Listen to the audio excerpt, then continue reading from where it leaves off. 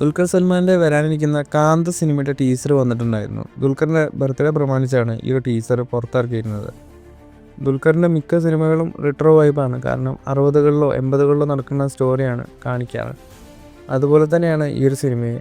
ഈ ഒരു സിനിമയുടെ ടീസർ കണ്ടപ്പോൾ തോന്നിയത് ദുൽഖറിൻ്റെ ആക്ടിങ് സ്കില്ല് കൂടുതൽ എക്സ്പ്ലോർ ചെയ്യാൻ പോകുന്ന ഒരു ചിത്രമായിരിക്കും കാന്ത എന്നാണ്.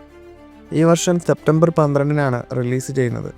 തമിഴിലും തെലുങ്കിലും റിലീസ് ചെയ്യുന്ന ഈ ഒരു ചിത്രം കേരളത്തിൽ മലയാളം വെർഷൻ റിലീസ് ചെയ്യില്ലെന്നാണ് അറിയാൻ സാധിക്കുന്നത്. തമിഴ് വെർഷനായിരിക്കും കേരളത്തിന് റിലീസിനെത്തുക.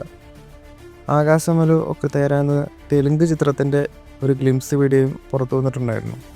ഈ ഒരു ഗ്ലിംസ് കണ്ടിട്ട് ദുൽഖറിൻ്റെ അടുത്തൊരു ഫീൽ ഗുഡ് ചിത്രമായിട്ടാണ് തോന്നുന്നത്. ലോക ചാപ്റ്റർ 1 ചന്ദ്ര എന്ന സിനിമയുടെ ടീസർ വന്നിട്ടുണ്ടായിരുന്നു.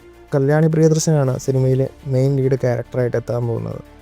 കല്യാണി പ്രിയദർശൻ്റെ ഈ ഒരു സിനിമയിലെ പേരും ചന്ദ്ര എന്നാണ്. നെസ്ലനാണ് മറ്റൊരു പ്രധാന വേഷം ചെയ്യുന്നത്. വളരെ ഗ്രാൻഡായിട്ടുള്ള വിഷ്വൽസാണ് നമുക്ക് ടീസറിൽ കാണാൻ സാധിക്കുന്നത്.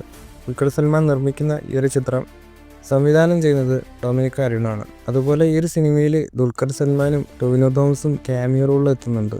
ഇതൊരു യൂണിവേഴ്സ് ആയതുകൊണ്ട് തന്നെ ഈ ക്യാമിയോസ് എല്ലാം അടുത്തടുത്ത പാർട്ടിൽ മെയിൻ ലീഡായിട്ട് എത്തുകയും ചെയ്യും.